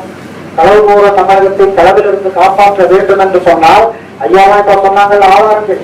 இதையெல்லாம் எழுத்து வடிவிலை கொண்டு பாவாணர் சொன்ன அத்தனையும் உண்மை என்ற பதிவை இந்த தலைமுறைக்கு கொண்டு போய் செய்யணும். பாவாணரை தெரியாமதான் இந்த தலைமுறை உட்கார்ந்து கொண்டு இருக்கிறார். நாமே மறைக்கிறோம். நம்ம ஏன் போய் களவு போகிற களவு என்பது 2 விதமா போகலாம். திருடவனுடைய வினைதான் திருட்டு, கொடுப்பவனுக்கு அது களவு. கவர்தல் என்றால் வாவுசியை மாதிரி கப்பல் ஓட்டலாம், வால் எடுக்கலாம். இது களவு, நமக்கே தெரியாது, போவதுக்கும் தெரியாது, இருந்த மாதிரி இருக்கும், தேடுகிற நேரத்திலே இல்லாமல் போகுது. அத மாதிரி போயிடக்கூடாது. பாவாணருடைய அந்த கஷ்டப்பட்டு அவர் செஞ்சு வச்சிருந்த ஆராய்ச்சியினுடைய முடிவுகளை இப்போ ஆதாரங்கள் கிடைத்துக் கொண்டு இருக்கிறார். அதை புதுப்பித்து ஒரு தமிழ் தேசியத்தை நோக்கி இந்த சிந்தனையை செலுத்த வேண்டும் என நான் கேட்டுக்கொண்டேன். அப்படி செய்யல அப்படின்னா நான் ரொம்ப வருத்தப்படுகிறேன். எனக்கு 48 வயது ஆயிடுச்சு. நான் இதுக்கு முன்னாடி இதெல்லாம் பேசினது இல்லைங்களா? 22 ஆண்டுகளை வீணடித்திருக்கிறேன் என்பதை இந்த வாவுசியினுடைய வரலாறை படிக்கிற போது நான் அழுது தெரிந்து கொண்டேன். எத்தனை உழைப்பு என்னெல்லாம் செஞ்சிருக்காங்க. வாவுசி, பாரதி, ஜீவா என்று சுப்பிரமணிய சிவா ஒரு கூட்டமாக இருந்திருக்கிறாங்க. இன்னைக்கு அவங்க இருந்திருந்தாங்கன்னா இந்த களவுகளில் இருந்து நம்மளை மீட்பார். இப்படிதான் நம்ம யோசிச்சுட்டே இருக்கோம். அவரை ஒரு முன் உதாரணமாக நம்முடைய முதல் பொருளாக நிறுத்திட்டு நமக்கு அது பின்னாடி போறதுக்கு தெரியல. எந்த விஷயத்துல வந்தாலும் அதற்கான தீர்வை திருக்குறளும் வைத்திருக்கிறது, திருக்குறளை பின்பற்றியவரும் வைத்திருக்கிறார்கள். இன்னும் நல்ல இங்கே மனசாட்சியோடு நின்று பார்த்தீர்கள். இந்தியாவில் இருக்கிற எந்த மனிதன் பார்த்தாலும் சரி, மகாத்மா என்று அழைக்க வேண்டும் என்று சொன்னால் அது விஓசியாகத்தான் இருக்கும், வாவுசியாகத்தான். நாங்களும் அதனால்தான் அந்த வார்த்தை விஓசின்னு வந்துருச்சு. நான் சொன்னவர் விஓசி என்று தான் சொன்னேன். ஏன் அப்படின்னா கடைசி வரை அப்படிப்பட்ட வாழ்க்கையை வாழ்ந்திருக்கிறான். வரலாறு அவருடைய கடைசி உயிர் வரை அப்படிப்பட்ட ஒரு வாழ்க்கை. எந்த அரசியல் கூட்டத்திலும் அவன் சமயத்தை பற்றி, ஜாதியை பற்றி பேசியதே இல்லை. பாரதி கூட சில நேரத்துல பொருந்தி போய் நல்லதோடு வேலை செய்து அதை நலம்பிட பொழுதில் என்று சொல்லி தாலியை பார்த்துட்டு ஏதோ ஒண்ணு சொல்லிடுவாங்க. எந்த இடத்திலும் அரசியல் விஷயத்திலே அவர் சமயத்தை சொல்லுவது. அப்படி ஒரு சுத்தமான தூய தலைவனாக ஏற்றுக்கொள்ள வேண்டிய கட்டாயத்தில் இருக்கிறோம். அவர்களுடைய பாதை என்ன? அந்த பாதையின் வெளியே போனாதான் நம்ம கொஞ்சம் அதுல இருந்து மீண்டு வாழும். அவர்கள் எல்லா இடத்திலையும் ஒரு நாடு என்று குறிப்பிட, தமிழ்நாடு என்ற வார்த்தை வரவில்லை. ஆனால் ஒரு நாடு என்ற அன்னைக்கு இந்திய ஒரு பெருந்தேசியம் என்று சில பேர் பேசினார்கள். இவர்கள் எல்லாம் தாயகத்தை செய்து கொண்டிருந்தார்கள். அவர்கள் அரசியலை செய்து கொண்டிருந்தார்கள். வடக்கு அவர்கள் செய்த அரசியல் கடைசியில வெற்றி பெற்று விட்டது. ஒருவேளை இவர்களெல்லாம் உயிரோடு இருந்திருந்தால் வேறு மாதிரி இருந்திருக்கலாம். ஆனால் அது வெற்றி பெற்று விட்டது. அந்த அரசியல் வெற்றி பெற்றதுனால இவருடைய தாயகம் என்பது எப்படியோ போயிடுச்சு. இவர்கள் நினைத்த ஒருவேளை வடக்கு வரை தமிழனோடு என்று கூட இந்த பாரதி எண்ணி இருக்கலாம். அதுதான் அவன் படித்த வரலாக இருந்திருக்கக்கூடும். அவனுக்கு அந்த எண்ணம் இருந்திருக்கலாம். மீண்டும் மீண்டும் தமிழ் வழி கல்வி, தமிழ்நாடு என்பதை வலியுறுத்தி சொல்லிக் கொண்டே இருக்கான். நம்ம அதை எடுத்துட்டு அவங்களோட வழியிலே நின்றுதான் அதை பார்க்க வேண்டும். சமயம் என்று சொல்லுகிற போது, சமயம் நான் களவாடுகிறதுல பேசணும்னா வாழ்க்கை முழுவதும் பேசுகிறாள். அதான் முதலே சொல்லிட்டேன். ஒரு நொடியும் நாம் களவாடப்பட்டுக் கொண்டிருக்கிறோம். சமயம்னு சொல்லிட்டா சமயத்திலே நிறைய களவு. ஒரு 3-4 நாளைக்கு முன்னாடி ஒருத்தங்க பேசிட்டு இருக்கும் போது அவர்கள் என்னை மனைவி சமஸ்கிருதம் படிப்பதற்காக சொன்னாங்க. கொஞ்சம் வந்து சமஸ்கிருதம் படிங்க. நானும் சமஸ்கிருதம் என்பதற்கு சமஸ்கிருதத்திலே பொருள் என்ன அப்படின்னு கேட்டேன். அது வந்து சரியாக செய்யப்பட்ட மொழி அப்படின்னா ஒரு பதில் சரிதான். அந்த பதிலை சொன்னாங்க. எந்த மொழியை சரியாக செய்தது சமஸ்கிருதம். அதுனா பிராகிருதம் அப்படின்னு போறாங்க. பிராகிருதம் என்னால் அதுக்கு அது முன்னாலே பேசப்பட்ட மனிதர்களாலே ஆதி மனிதர்களாலே பேசப்பட்ட மொழி அப்படிங்கிற சமஸ்கிருத சொல்லானே. அது தவிர அந்த மொழியின் பெயர் என்ன அப்படின்னா அதுக்கு கீழே அவங்க போகல. அப்போ மீண்டும் அவர்கள் அடுத்த ஆயுதத்தை ஏந்துகிறார்கள். நீங்க ஹிந்து தானே, உங்களுக்கு சமஸ்கிருதம் தெரிஞ்சிருக்க வேண்டாமா என்கிற அடுத்த ஆயுதத்தை பிரயோகிக்கிறாங்க. அவங்க மொழியை சொல்ல போனாங்க. நான் இந்துதான், நீங்கள் இந்துதான், ஏன் ஒரு பெருமாள் கோயிலிலே பிள்ளையாரை காணோம் என்று கேட்டேன். பிள்ளையார் அப்போ இந்து இல்லையா? இல்லை. சில பெரிய கோயில்களிலே இது நிகழ்ந்தது 3 நாட்களுக்கு முன்னாடி. சில பெரிய கோயில்களிலே தும்பிக்கை ஆழ்வான் என்று ஒருத்தன் இருக்கிறான்னு சொன்னாங்க. எனக்கு சிரிக்கும். நான் 12 ஆழ்வார்களை பற்றி தான் கேள்விப்பட்டிருக்கிறேன். 12 பேரும் தமிழிலே செந்தமிழிலே பாடியவர்கள் பெருமானை. இந்த ஆழ்வார் எப்பொழுது பாடினார், இவர் எப்படி பாடினார்? இந்த கலிங்கத்திலிருந்து வந்த ஒரு நானாபத்தியம் என்கிற மதத்தினுடைய ஒற்றை கடவுள் தும்பிக்கை ஆழ்வானாய் உருமாற்றம் பெறுகிறான். இது மிகப்பெரிய களவு, மிகப்பெரிய ஏமாற்றம். ஏமாற்றினா பிடிச்சிடலாம், இது களவு. நமக்கே தெரியாது. நம்ம அங்கேயும் போய் 2 கையை முடிச்சு தோப்பு பணம் போட்டுடுவோம். ஏன் 13வது ஆழ்வான் என்று கேட்பதில்லை. இது நிகழ்ந்து கொண்டு இருக்கு. நல்லவர்கள் காலத்திலே சமஸ்கிருதத்தை கொண்டு வந்து கோயில் எல்லாம் வச்சுட்டாங்க. நல்ல காலம் கோயில்ல வச்சாங்க. அது கோயிலோட நின்று போனது. ஓரளவுக்கு தமிழ் இந்த ஆண்டுகளை கடந்து வந்திருக்கிறது. அவங்க ரோட்டுக்கு தெருவுக்கு கொண்டு வந்திருந்தாங்கன்னா கொஞ்சம் நம்மளும் அதுல கொஞ்சம் சிரமப்பட்டுதான் மேலே வர வேண்டி இருந்திருக்கும். அதாவது மொழி பிளவுல ஆரம்பிக்கிறது. கடைசி எல்லா பிளவுகளையும் நமக்கு தெரியாமலே ஒரு நிமிடமும் நிகழ்த்தி கொண்டே இருப்பாங்க. ஹைதராபாத்ல இருக்கிற ஜெனட்டிக்கல் ரிசர்ச் லெபார்டரி அப்படின்னு சொல்லக்கூடிய அந்த மரபியல் மூலக்கூறு ஆய்வகமும் அமெரிக்காவிலே இருக்கு. இதெல்லாம் தகவலாக சொல்றேன். இந்த தகவல்கள் எல்லாம் என்ன, இதை வச்சு நான் ஒன்றும் பெரிதாக பேச போவதில்லை. இந்த தகவல்களை குழந்தைகள் நீங்களாம் இளைஞர்களெல்லாம் தெரிந்து கொள்ள வேண்டும். இது அப்படியே மனசுல இருக்கணும். திரும்ப திரும்ப வெளியில இதை நீங்கள் சொல்லிக்கொண்டே இருக்க வேண்டிய கட்டாயம் இருக்கிறது. அந்த மரபியல் கூறு ஆய்வு நடக்கிறது. இந்தியா முழுமைக்கும் நடந்த அந்த ஆய்வு நீங்கள் படித்திருப்பீர்கள் நினைக்கிறேன். சில பேர் பார்த்துட்டு வாய்ப்பு இருக்கு. தென்னிந்தியாவிலே இருக்கிறவர்கள் 100% தனி மூலக்கூறாக தனி மரபினமாக இருக்கிறார்கள் என்று ஒரு அமெரிக்க நிறுவனமும் இந்தியாவின் மூலக்கூறு ஆய்வு நிறுவனமும் சேர்ந்து பதிவு செய்கிறது. அமெரிக்க நிறுவனம் ஹார்வர்ட் யூனிவர்சிட்டியோட மெடிக்கல் ரிசர்ச் லேப். வட இந்தியாவிலே இருக்கிறவர்கள் 40% 80% ஐரோப்பிய கலப்போடு இருக்கிறார்கள் என்பதையும் அது பதிவு செய்கிறார். அப்போ என்ன பொருள் இதுல இருந்து அப்படின்னு பாத்தீங்கன்னா, இந்த மண்ணுக்கு சொந்தக்காரர்கள் இமய வரப்பன் வெள்ளலாம் இல்லை, அங்கதான் புதிய இருக்கும். அதுக்கப்புறம் தான் போய் வெல்ல வேண்டிய கட்டாயம் நிகழ்ந்திருக்கிறது. அங்க இருந்தது அப்படியே மொத்தமாக இருந்திருக்கிறோம். மொத்தமாக இருந்தது ஆதிச்சநல்லூரே 10,000 ஆண்டுகளுக்கு முன்னாலே இருக்கிற பானைகளும் நெல்மணிகளும் இரும்பு கிடைக்கிறது. இரும்பு கிடைக்கல 10,000 ஆண்டு பதிவு செய்யலாம். அப்படியே போட்டு மூடி உள்ளார வச்சிருக்காங்க. எந்த பாட புத்தகத்திலும் அது வரவில்லை. யாருமே படிக்கல. நானும் படிக்கல. இங்க இப்ப இருக்கிறவங்க யாரும் படிக்கல. நெல் மணி கிடைக்கிறது. ஒரு முருகனுடைய உருவம் கிடைக்கிறது. ஒரு சேவல் பொறிக்கப்பட்ட ஒரு பொடி கிடைக்கிறது. அது வெண்கலத்திலே இருக்கிறது. இது இரும்பிலே இருக்கிறது. ஒரு வாள் கிடைக்கிறது. இத்தனை பொருள்கள் கிடைத்தது. ஒன்றை கூட கண்ணிலே காட்டாமல் எங்க வச்சுட்டாங்கன்னு தெரியும். இதுல இந்த ஜெர்மன் பிரான்ஸ் எல்லாம் இருக்காங்க பாருங்க, அவன் இங்கே இருந்து எடுத்து போயிடுவான். ரொம்ப முக்கியமானது. இந்த தொழில்நுட்பத்தை பகுத்தாய்ந்து அந்த தொழில்நுட்பத்தை மீண்டும் பணமாக்குகிற விதத்தை நம்மகிட்ட ஏமாத்திட்டு இருக்கான். நமக்கு எல்லாமே இந்த மெயிலின் அப்படின்னு போட்டுட்டோம்னா நமக்கு அதுல ஒரு பெரிய வெளிநாட்டில இருந்து வருகிற பொருள்களுக்கு ஒரு பெரிய இது. இந்த ஆய்வு முடிவுகள் எல்லாமே மறைக்கப்படுகின்றன. இல்லாட்டா நம்ம மறந்து நம்ம அவருக்கு நல்லா தெரியுது. 10 நாள் காட்டலைன்னா 11 நாள் இவனுக்கு வேற ஏதாவது ஒரு பிரச்சனை வந்துடும். அதுலயும் வரல அப்படின்னா ஏதாவது ஒரு சாமியாரை முடிச்சு அரெஸ்ட் பண்ணிட்டா போதும் எல்லாத்தையும் மறந்துடுவான். இது நமக்கு பழக்கமாயிடுச்சு. ஏன்னா நம்மகிட்ட இந்த மாட்டு உள்ளால போற எந்த சாமியாரும் கருத்து ரீதியான மோதல்களிலே கருத்து ரீதியான தவறுகளிலே மாற்றுவதே இல்லை.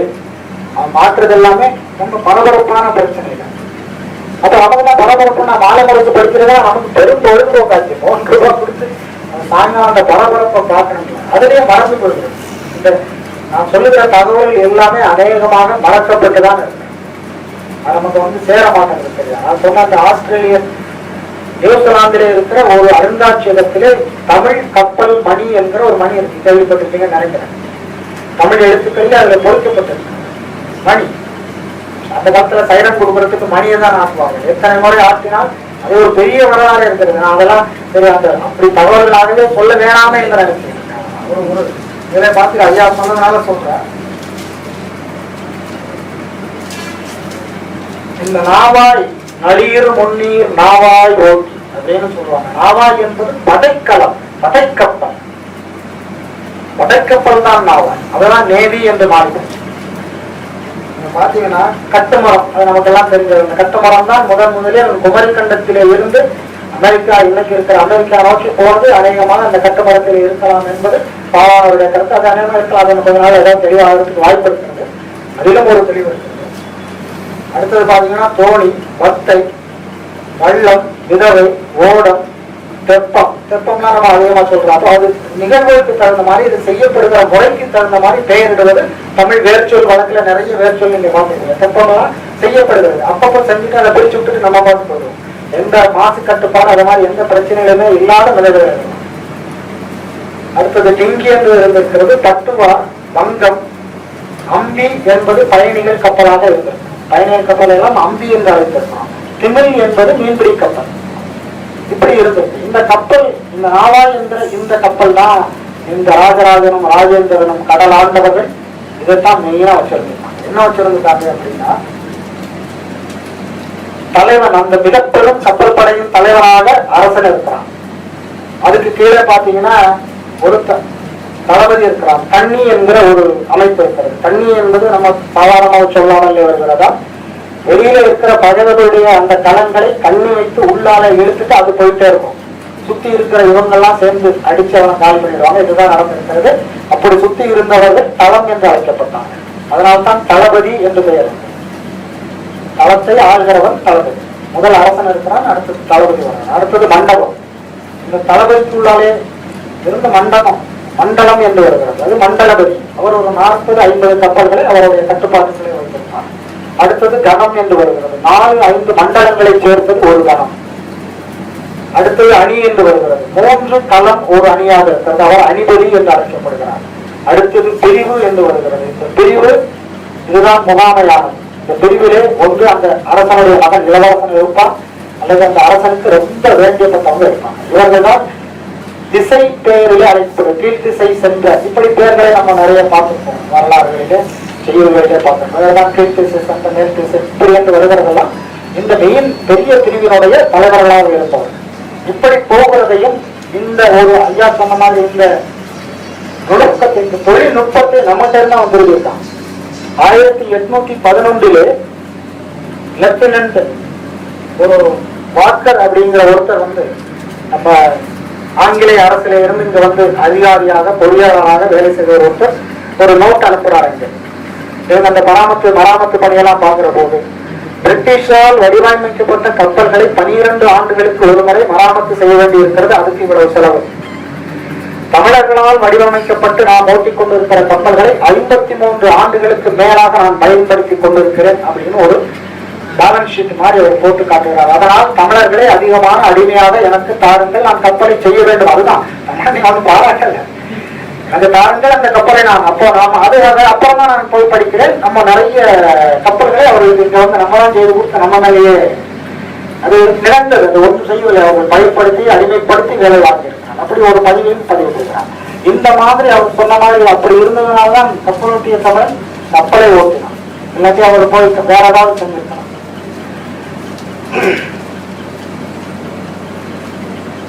ஐயா சொன்னாங்க, அந்த செவிந்தியர்கள் அப்படின்னு ஒரு கொலம்பஸ், அவர் உண்மையில செவிந்தியன் தான்.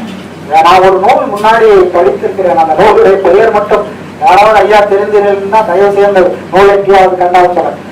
தென் அமெரிக்க சோழர்கள் அப்படின்னு ஒரு நூல், தென் அமெரிக்க சோழர்கள் அப்படின்னு ஒரு நூல் தமிழிலே தான் பார்த்தேன். அது எங்க எப்போன்னு எனக்கு சரியான, யாராவது படிச்சிருக்கேன் அந்த நூல் எங்கேயாவது யாராவது பார்த்தீங்கன்னா தயவு செஞ்சு ஒரு நாளாச்சு கொடுங்க, படிச்சு கொடுங்க. அது ஏன் இப்படி ஒரு நூல் வந்தது அப்படின்னு சொன்னா, கான்கோஸ்ட் ஆஃப் மெக்சிகோ அண்ட் பெரு அப்படின்னா ஒரு நூலை, ஒரு ஆராய்ச்சி நூலை, ஆராய்ச்சியினுடைய வெளியீடாக ஒரு ஆராய்ச்சியாளர் வெளியிடுகிறார். வில்லியம் பிரஸ்காட் அப்படிங்கிற ஒரு ஆராய்ச்சியாளர். அவர் பேரு நிறைய சரித்திர ஆராய்ச்சி, வரலாற்று ஆராய்ச்சிகளிலே போனால் பெருவை பற்றி, அந்த மாயா இன்கா என்கிற அந்த இனங்களை பற்றி ஆராய்ச்சியின் போது அவர் பதிவு செய்கிறார். அவர் சொல்றதுதான் செவிந்தியர்கள் தமிழர்களோடு தொடர்பு படுத்தி முதலிலே இந்த உலகத்திற்கு செவிந்தியர்களை அறிமுகப்படுத்துவோர் அவர் தான். அது எதுக்கு சொல்றாரு அப்படின்னு பாத்தீங்கன்னா, அவர்களுடைய வானியல் அறிவு, அவர் நேரடியாக கை வைக்கிறது வானியல் அறிவு. செவிந்தியர்கள் 3000 ஆண்டுகளாக அமெரிக்காவிலே வாழ்ந்து கொண்டிருக்கிறார்கள். அவர்களுடைய வானியல் அறிவு கிட்டத்தட்ட 12,000 13,000 ஆண்டுகள் அனுபவத்தின் அறிவாக வெளிப்படுகிறது. இது தமிழ்நாட்டிலே இருந்துதான் இங்கே வந்திருக்க முடியும். ஏனென்றால் செவிந்தியர்களுக்கும் அந்த இன்கா என்று சொல்லக்கூடிய அந்த செவிந்திய இனத்திற்கும் எகிப்திற்கோ மற்ற நாடுகளுக்கோ தொடர்பே இல்லை. அப்படி எந்த வரலாற்று பதிவுகளோ இவங்களுக்கு தடயங்களோ ஆய்வுகளோ ஒண்ணுமே கிடைக்கல. கிடைக்கிற முடிவுகள் அது தமிழ்நாட்டோடு தொடர்பு பற்றி மட்டும்தான் கிடைக்கிறது. அதுல பாத்தீங்கன்னா அவங்க நாடோடிகளாக தான் வாழ்றாங்க. ஒரு காலத்திலே நான் இந்த சமஸ்கிருத எதிர்ப்பு கூட்டத்திலே வந்தால் நான் ஒரு கவிதையை எழுதுவதற்காக நிறைய நூல்களை பார்க்கிற பொழுது, இந்த குமைக்கண்டத்தில் தொடங்குகிற ஒரு மானிட வாழ்வு, அங்கே மானுடனாக நிமிர்ந்து எழுந்து நடந்து அவன் அப்படியே உலகம் முழுக்க பரவுகிற அந்த செய்தியோடு தொடர்பு படுகிறது என்று நினைக்கிறேன். இங்க இருந்து ஒரு 3000 ஆண்டுகளுக்கு முன்னாலே போகிற போது, அப்ப நம்ம ஒரு 15,000 ஆண்டுகள் மகன் அடிக்கடி ரொம்ப கிட்ட சொன்னார்.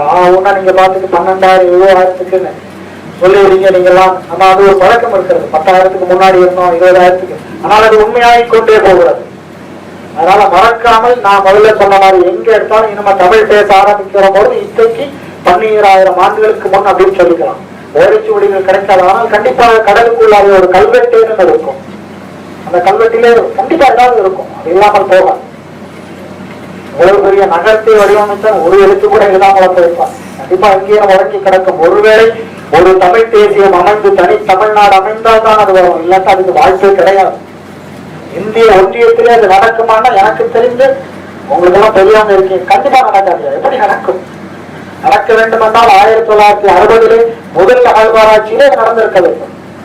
துவாரகையிலே கை வைக்க போது அங்கே நடந்த புறப்பண பணியிலே ஒரு எண்ணெய் எடுக்க போன இடத்துல அங்கே ஒரு சின்ன பொருள் மாட்டிக்கொண்டது. அந்த இதுல அதை ஒரு தமிழ் பொறியாளர், அவர் எண்ணெய் சம்பந்தப்பட்ட கெமிஸ்ட்ரி படித்தவர், அவர் அந்த துண்டை எடுத்து அவருக்கு ஒரு சின்ன சந்தேகம். அவர் எங்கேயும் ஒரு தமிழ் உணர்வு இருந்திருக்கிறது. தமிழ் உணர்வு என்றால் ஒரு பழமை பற்றின ஒரு ஆர்வம் இருந்திருக்கிறது. அவர் அந்த பொருளை எடுத்து நான் கொண்டு போய் ஒரு லேப்ல கொடுக்குறேன்னு சொல்ல போன போது அதை விடவே இல்லை யாரும். அவர் எப்படியோ கஷ்டப்பட்டு அதை கொண்டு போய் கொடுத்திருந்தார். சிந்து சமவெளியின் காலம் அன்றிலிருந்து 7,500 ஆண்டுகளுக்கு பின்னாலே தள்ளப்பட்டது. இந்த செய்தி அவங்க யாரும் சொல்லல. இன்ன வரைக்கும் 4,000 4,500 7,500 கிமு என்கிறதுக்கு பின்னாடி கொண்டு போக சொல்றாங்க. இங்கே நம்ம இதுல பாத்தீங்கன்னா இங்க 12,000 ஆண்டுகள்ல இருந்து 15,000 ஆண்டுகள்னு சொல்லலாம். நகரம் வளர்ந்து அப்ப 3,000 ஒரு 20,000 ஐயா சொன்ன மாதிரி 20,000 ஆண்டுகளுக்கு முன்னாலே அப்படியே கட்டுமரத்தில் ஏறி செவிந்தியர்களாக அங்கே இந்த கடைசி கொஞ்ச வாழ்க்கை அங்கே நாடோடிகளாக அது செவிந்தியிலிருந்து கால்நடை மேய்க்கிறது ஓட்டுறது இதுதான் வேலையா நடந்திருக்காங்க. இது இந்த குறிஞ்சி நில பதிவிலே இருக்கிறது என்று சொல்லி அவர் அந்த செய்தியை இவர் தமிழர்களோடு தொடர்பு கொண்டது என்று வருகிறார். ஐரோப்பியர்களுக்கு அந்த செவிந்தியர்களையோ அமெரிக்காவையோ 12ஆம் 13ஆம் நூற்றாண்டுலதான் தெரியும். அதுக்கு முன்னாடி அவங்க போகிற ஐயா சொன்ன மாதிரி கொலம்பஸ் போகிற போதுதான் தெரிகிறது. இத்தனை நிகழ்வுகளையும் ஒரு வரலாற்று ஆசிரியராக இல்லை வேறு மாதிரி பேசாத ஒரு செதுவேரா தன்னுடைய நூலிலே பதிவு செய்கிறார். என்ன பதிவு செய்கிறார்? இவர்கள் சோழர்களின் வழிவந்த மனிதர்கள் இங்கே இருக்கிறார் என்பதை செவிந்தர்கள் என்பதை அவர் பதிவு செய்கிறார். வஉசி சொன்ன அந்த நாடு என்கிற சிந்தனை மீண்டும் மீண்டும் வர வேண்டும் என்று நினைக்கிறேன். நான் திரும்ப சொல்றேன் அப்படிங்கிறதுனால சலிப்படைந்து விடாதீர்கள். வஉசி ஒரு நாள் சலிப்படைந்து என்னை விட்டு விடுங்கள் என்று சொன்னால் அந்த அரசு அவரை விட்டு இருக்கும். இந்த கதையும் உங்களுக்கு தெரியும். ஒரு நாள் என்னை விட்டு விடுங்கள், நான் என்னை மன்னித்து விடுங்கள் என்று சொல்லியிருந்தால் வெளியில விட்டுருப்பாங்க. செக்கிழுத்து தோல் இரண்டும் ஒழித்து தொங்கிய போதும் கூட சணலை பிரிக்க சொன்னார். செக்கிழுத்து கையில அவர் ஒன்றும் சந்தோஷத்துல எல்லாம் இருக்குல்ல, மகிழ்ச்சியில் எல்லாம் இருக்கல. அவருடைய சுயசரிதை ஐயா படிப்பீர்கள் சொன்னால் கண்ணீர் விடுகிறார். என் கைகளில் ரத்தம் வலிகிறது, சணலை பிரிக்க சொன்னான், கை வலித்தது, கண்ணில் நீர் நிறைந்தது என்று பதிவு செய்தார். அப்போ நம்ம அந்த செழிப்பு கூட தாங்கலைன்னா இந்த தமிழகத்தை மீட்டெடுக்கவே முடியாது. களவு போய்கிட்டே இருக்கும். களவல்ல, திருடப்படும், கவரப்படும். களவுன்னு கூட தெரியாம போடும், நேரடியாக கவரம். கிட்டத்தட்ட மீட்டர் அப்படித்தான் கழுத்தை பிடிக்கிறது, கழுத்தை அப்படியே பிடிக்கிறது, கவரப்படும். சும்மா பேசிக்கிட்டே இருந்தா அது நிற்கும். வாவூசி மாதிரி வாழை எடுத்துதான் ஆகணும். வாவூசி என்ன வாழ்னா எப்படி அவன் எதை அசைத்து காட்ட சொன்னா அதை அசைக்கணும். நிறைய வெளியில இருந்து வந்துட்டாங்க, வெளியாளர்கள் வந்திருக்கிறோம், அவர்கள் வியாபாரத்தை கொடுத்துக்கிட்டாங்க. நம்ம எல்லாருமே தமிழர்கள் தானே. தமிழன் அல்லாத கதையில் நாம் எந்த காலத்திலும் பொருள் வாங்க மாட்டேன் அப்படிங்கிற தீர்மானத்தை நம்ம எடுக்க முடியுமா? எடுத்தால் போயிடுவான். ரொம்ப எளிது. வாவூசி அவ்வளவு எளிதான வழியை சொல்லி கொடுத்துருக்கான். அவன் செல்வம் தன் கடைக்கு மேல பணத்தை கொண்டு போட்டு நான் நம்பால முடியாது. ஆனால் தமிழன் அல்லாதவன் கடையில் பொருள் வாங்குவதை தவிர்க்க முடியும். அது ஒரு பெரிய வேலையே அல்ல.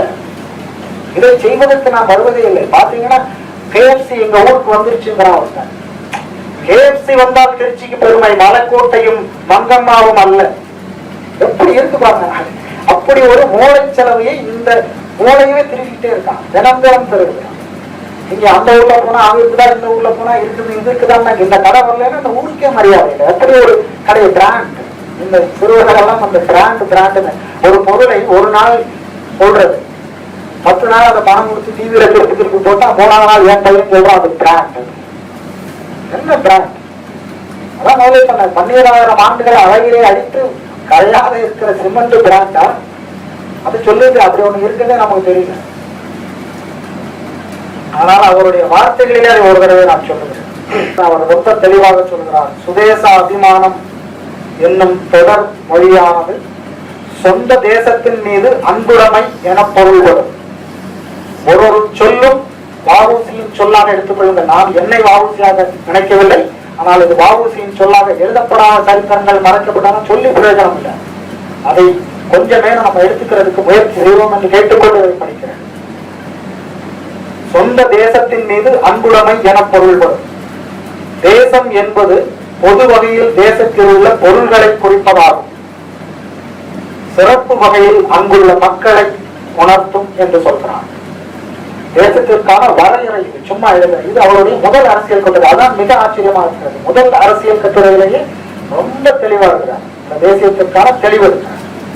இதை பாரதி இந்த சுதேசம் என்கிற ஒரு மிகப்பெரிய கட்டுரை, இதுல ஒரு 6-7 தலைப்புகள் ரொம்ப அழகான வடிவமைத்திருக்கிறார். தலைப்பு துணை தலைப்புகளை பார்த்தீர்கள் என்று சொன்னால், சுதேசம் அது இயற்கை குணம், அதோடைய இயற்கை குணம், அதை வெளிப்படுத்தும் சமயம், எப்போது வெளிப்படுத்தும் மார்க்கம், அதனால் அடையும் பலன் என்று துணை தலைப்பில் இதை கொண்டு வருகிறார். இதுல அந்த சுதேசம் என்கிற அந்த தலைப்பை மட்டும் பாரதி தன்னுடைய புதுச்சேரியில இருந்து வெளியிட்ட அவருடைய கர்மயோகி என்ற பத்திரிகையிலே 1910 அதை புறப்படுகிறார். முதல் கட்டுரையை மட்டும். இதுல வந்து அந்த வெளிப்படுத்தும் சமயம், ஏன்னா நான் இதை ஏன் இங்கே படிக்கிறேன்னா இதுதான் அந்த சமயம். இது ஒவ்வொரு நாளும் தமிழனுடைய வாழ்க்கையிலே நடந்து கொண்டே இருக்கிறது. இந்த வெளிப்படுத்த வேண்டிய சமயம். இதை விட்டு அவர சமயம் இல்லை. சின்ன பசங்க எல்லாம் பார்த்து சொன்னாங்க, இப்போ இல்லாட்டி எப்போ, அது என்றேனும் நேர்கள். அதுதான் இப்போ. ஒரு பண்டைய பெருமை மிகு ஒரு பழைய காலத்தையும் ஒளிமயமாக இருக்க போகிற ஒரு எதிர்காலத்திற்கும் இடையிலே நிகழ்கால புள்ளியிலே நின்று கொண்டிருக்கிறோம். நாம் தான் இதை செய்யணும். இதை செய்யறதுக்கு இன்னொரு தலைமுறையை தேட முடியாது, உங்க தாத்தாவை குறை சொல்ல முடியாது. எல்லாரும் சேர்ந்து இழுத்தால்தான் இந்த தமிழ் தேசியம் என்கிற தேர் இழுவதும். இது இழுத்து ஆகணும். இந்திய ஒன்றியத்துக்குள்ளாலே போனா வெளியில போனா வேறு சிந்தனை. அதுக்கு அவர் எப்படி சொல்றாரு பாருங்க. வெளிப்படும் சமயம் எப்படி இருக்கிறது. அதை கொஞ்சம் எல்லாத்தையும் படிச்சா நான் சமயம் ஆகுதுங்கிறதுனால கொஞ்சம் சீக்கிரமா படிக்கிறேன். சுதேசத்தாருக்கு அன்னமின்மை, அவருடைய வாக்கிலே சொல்றேன். அன்னமின்மை, ஆடையின்மை. அன்னம்னா சோறு இல்லாம போனாலோ ஆடை இல்லாமல் போனாலும், நோய் முதலிய இடுக்கண் வருகின்ற போது, தெய்வ சிந்தனை, கல்வி அறிவு, செல்வ சிறப்பு முதலிய குண்டிய போது, சுதேசத்தார்க்கு சுயாட்சிதம் இழக்கவும். சுயாட்சிதம் இழப்பவனா தன்னுடைய இடத்தை, நாட்டை, மொழியை இழப்பதையும் அவர் குறிப்பிடுகிறார். அதை இழக்கிற போது இந்த உணர்வு வர வேண்டும். சுயாட்சிதம்னா சும்மா இல்ல, அந்த உணர்வு வர வேண்டும், வாழ் எடுக்க வேண்டும், அதுதான் உணர்வு வருவது. சுதேசத்தார்க்கு சுயாட்சிதம் இழக்கவும் அடிமைத்தனம் பரவும் நேர்ந்த போதுமேயா. அப்பதான் இந்த உணர்வு வர வேண்டும். சும்மா வந்துச்சுன்னா அது யாருக்குமே பயன்படாது என்பதையும் அவர் படிச்சு சும்மா நான் பேசுற மாதிரி பேசி அது புண்ணியம் இல்லை, அது களத்திற்கு வர வேண்டும் என்று சொல்கிறார். அதைத்தான் அவர் வேறு வேறு மொழிகளிலே சொல்லிக் கொண்டு வருகிறார். களத்திற்கு வர வேண்டும். இது கட்டுரையாக எழுதப்படுவதோ இதை மாதிரி மைக்க பிடிச்சி பேசப்படுவதோ அல்ல என்பதை வாவூசி பதிவுகிறார். அதை கண்டிப்பா நம்ம தொடர்ந்துதான் ஆக வேண்டும். அந்த தாய் என்று சொன்ன போது சுதேசத்தாருக்கு நேர்ந்த வறுமை, துன்பம், அடிமைத்தனம் முதலியானவற்றை ஒவ்வொருவருடைய தாய்மையும் தொடர்ந்து மற்றவரும் வருத்தப்பட நேரிடும் என்பதையும் அவர் சொன்னார். வறுமையால் அல்லாது ஒரு இனம் விழ முடியும். வறுமையால் விழுந்தால் ஒண்ணுமே பண்ண முடியாது. உங்களுக்கு குஜராத்தில் நிலநடுக்கம், பூகம்பம், அழிந்து போனார். நான் சொன்னேன் எரிகடலில் விழுங்கி உயர்ந்தான் போயிடுச்சு. அதுக்கு ஒண்ணும் பண்ண முடியாது. வறுமையால் அல்லாது அடிமைப்பட நேருமானால் பின்னர் அதை நீக்கவே முடியாது என்று அப்பவே சொல்றார். சுதந்திரமாக சுடர் விட்டு எரிந்த மனிதன் கூட பாரதி இருக்கிறார், ஜீவா இருக்கிறார், அத்தனை பேர் இருக்கிற போது அவருக்கு ஒரு சின்ன ஒருத்தர் இருக்கிறது.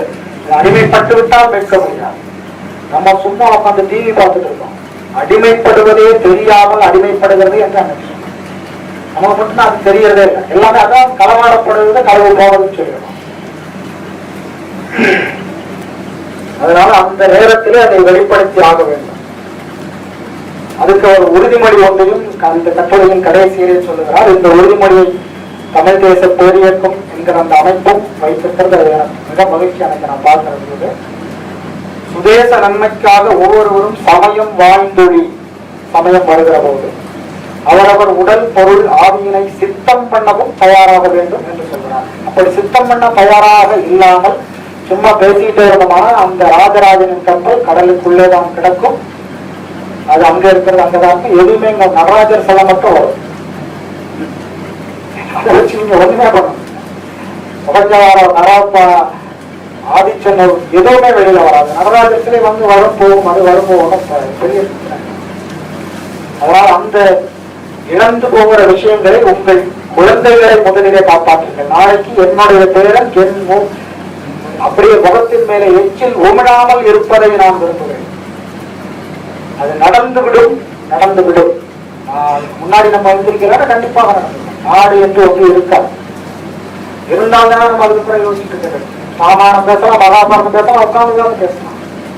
அதை பேசி ஒன்றும் புண்ணியம் இல்லை. தமிழ் பேசுவதற்கு வேண்டும், எழுதுவதற்கு வேண்டும் என்றால் எனக்கு நாடு வேண்டும். பாரதி சொன்னது இருக்கிறது. ஐயா நேரமாயிட்டு சொன்னதுனால தமிழ் கல்வி என்பதை பாரதி அடித்து அடித்து அடித்து அரைத்து சொல்கிறான். அதற்கு பறையறைகிறான் பாவேந்தன். தமிழ்ல தான் படிக்கணுங்கிறான். தமிழ்ல எல்லாத்தையுமே படிக்கணும்னு அவன் அவனுடைய தேசிய கல்வி என்ற கட்டுரையிலே அதைத்தான் திரும்ப திரும்ப சொல்றான். கல்வியை களவு கொடுத்துக் கொண்டிருக்கிறோம். சொந்த நாட்டிலே தாய்மொழியிலே கல்வி நடத்த வேண்டும் என்று மாணவர்கள் வந்து கதறுகிற நாடு தமிழ்நாடு மட்டும்தான். வேற எங்கேயுமே அது இல்லை.